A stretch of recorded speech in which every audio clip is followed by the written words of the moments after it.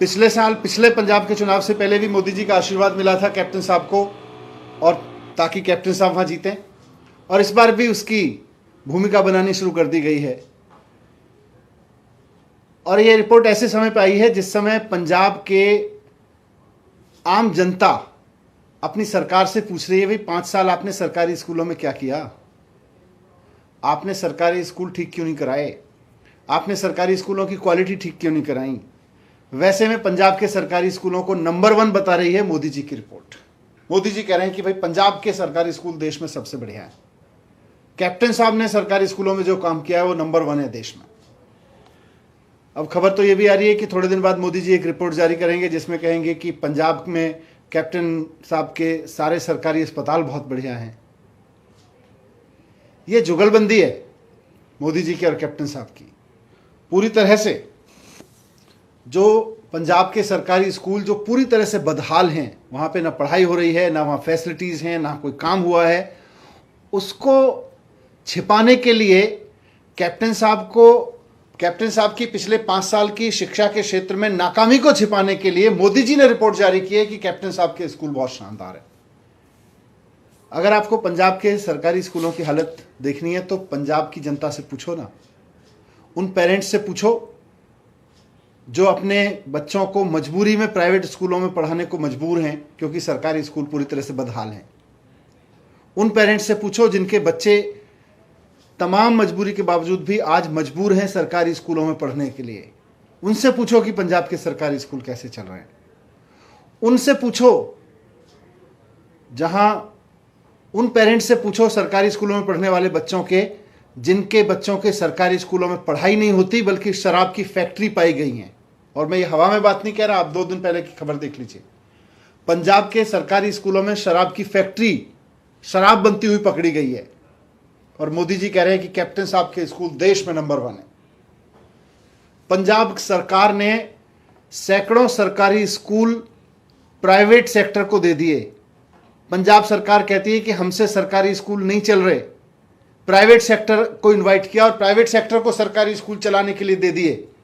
लेकिन मोदी जी कह रहे हैं कि पंजाब के सरकारी स्कूल, कैप्टन साहब के सरकारी स्कूल देश में नंबर 1 है। कैप्टन साहब ने 800 सरकारी स्कूल बंद किए पिछले 2-3 साल में। 800 पंजाब के 800 सरकारी स्कूलों को कैप्टन साहब बंद कराते हैं, और जो चल रहे हैं उनमें से कितनों को प्राइवेट सेक्टर को दे देते हैं। लेकिन मोदी जी कहते हैं कि पंजाब के सरकारी स्कूल देश में नंबर 1 है।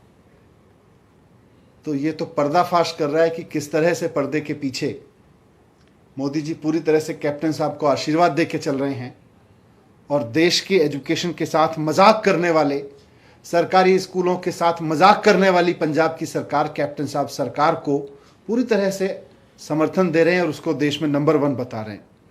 तो मैं उम्मीद करता हूं कि जो लोग मोदी जी की उस रिपोर्ट को देख रहे हैं वो उसके सच को भी समझेंगे।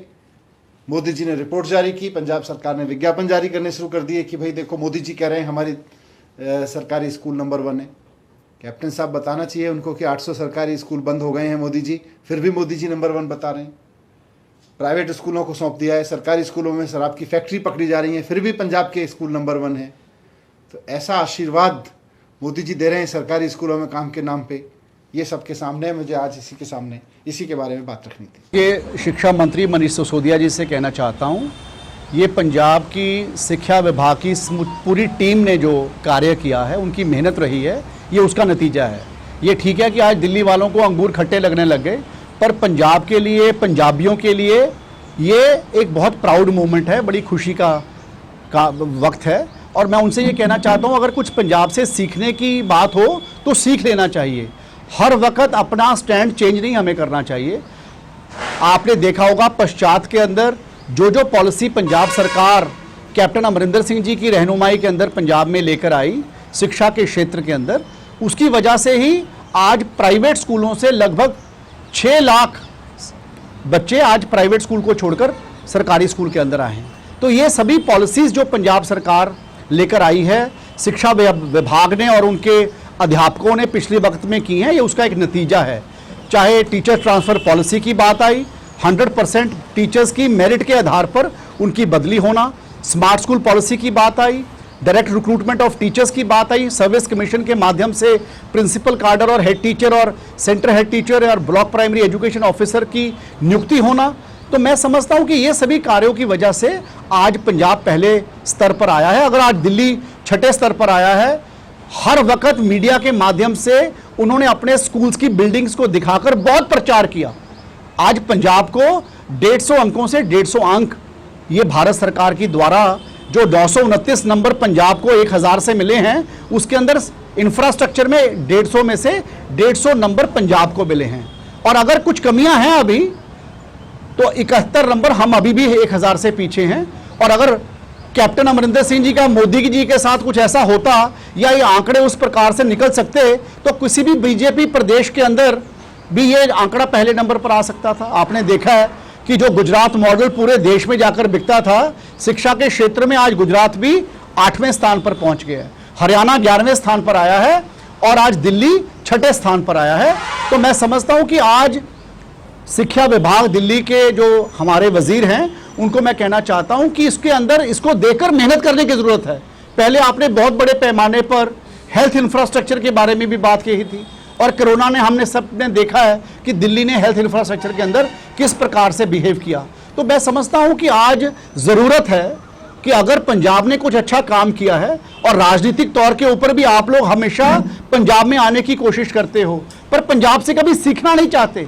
जब दिल्ली के अंदर काले कानूनों की बात आई, मोदी जी की सरकार के द्वारा काले कानून इस देश के किसान के लिए, मजदूर के लिए, दुकानदार के लिए बनाए गए, उसके अंदर भी पहले उनको रेटिफाई जब किया तो आम आदमी पार्टी की केजरीवाल सरकार ने उन बीजेपी द्वारा जो बनाए हुए कानून थे उनको रेटिफाई किया। और जब समझ आया कि इन्होंने पंजाब के अंदर इनको खारिज किया सभी पार्टियों ने मिलकर, तो उस वक्त जाकर फिर इन्होंने उन्हीं काले कानूनों को विधानसभा का स्तर बुलाकर उसको फाड़ने का कार्य किया। तो मैं समझता हूं कि आज अपना सिसोदिया जी इस बात को समझें, पंजाब का जो आंकड़ा है वो उनकी मेरिट के आधार पर आया है, उनकी मेहनत के आधार पर आया है, जो पिछले 4 साल से लगातार पंजाब के अध्यापक और पंजाब का शिक्षा विभाग officers under the dynamic leadership of captain Amarinder Singh जो कर रहे हैं, ये उसके आधार पर आया है।